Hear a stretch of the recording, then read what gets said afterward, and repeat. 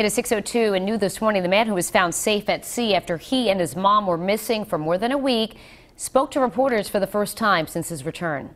I would just like to thank the public for their prayers and for their concern for both my mother and for myself.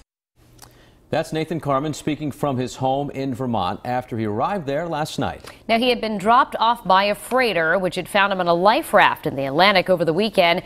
Carman's mother remains missing and is presumed dead. It's obviously still a lot of unanswered questions in this case. Eyewitness News reporter Julianne Pixoto live in the newsroom with the new developments. Good morning. Well, Nathan Carman arrived back on dry land around 9:45 yesterday morning. He spent hours speaking with investigators and had an attorney with him. Carman's lawyer says he was fully cooperative with investigators but wouldn't reveal what was said in the closed-door meeting. The Coast Guard did release recordings from phone calls between Carman and officers shortly after he was rescued. In them, Carman says his 31-foot aluminum boat, the Chicken Pox, began taking on water quickly. He says he heard a funny noise in the boat's engine compartment and had to scramble to get on the inflated life raft. Carman says he whistled and called out for his mother but didn't see her. In an affidavit, detectives wrote Carman's boat was in need of mechanical repairs. They say Carman had been doing a portion of the repairs himself, which could have potentially rendered his boat unsafe for operation. Investigators say Carman was able to survive for 7 days on the life raft thanks to food and water he grabbed from the boat before it sank. I feel healthy.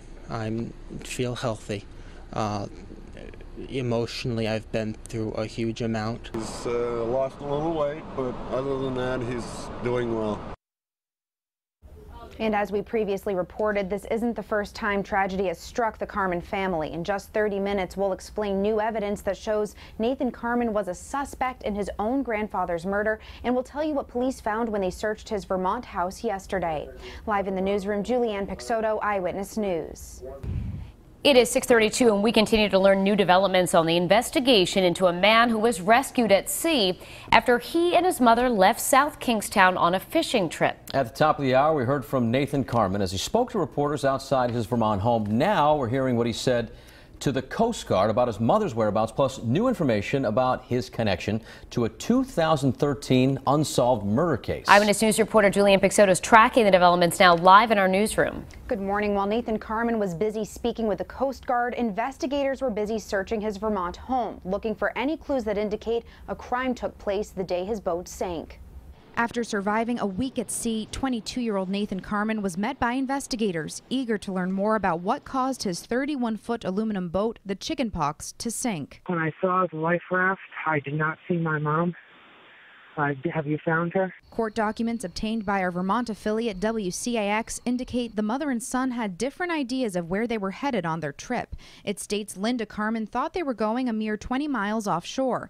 Nathan, according to the affidavit, intended to take them roughly 100 miles out. I thought he said the canyons, which are around off Black Island. Eyewitness News spoke to this man, Mikey Ozzie, who says he struck up a casual conversation with Nathan at this South Kingstown marina before the Carman's fishing trip. I didn't see any fishing poles. I didn't even see him with food. Police obtained a search warrant for Nathan's Vermont home yesterday. Among the items investigators seized, an Xfinity modem, a Garmin SIM card, and a letter written by Nathan that was found in his truck. Today, South Kingstown detectives are going to Connecticut, Nathan's home state.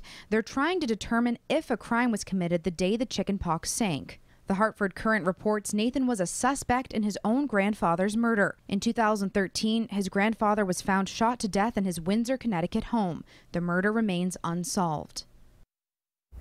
And of course, we'll continue to stay in touch with the Coast Guard, South Kingstown Police, as well as authorities in Connecticut and Vermont as this investigation unfolds. Live in the newsroom, Julianne Pixoto, Eyewitness News.